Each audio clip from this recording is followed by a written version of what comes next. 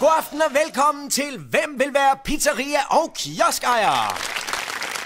Og velkommen Hamdi Habib Hassan. Tak skal du have. Du har 60 sekunder til at svare, og din tid starter nu.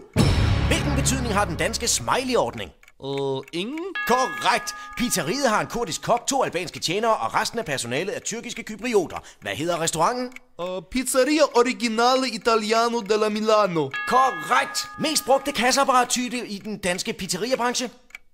2 elastikker og en papkasse. Korrekt. Benævn momssatsen på slik og sukkervarer. Moms? Korrekt.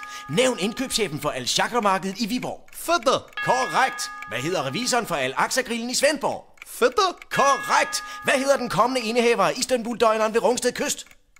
Fætter. Ikke korrekt. Det er svigersøn. Svigersønnen er tilfældigvis fætter til den nuværende indehaver er en helt anden sag. Hvad er forskellen på tyrkisk og græsk cuisine? Hvilket flag jeg har sat i? Korrekt.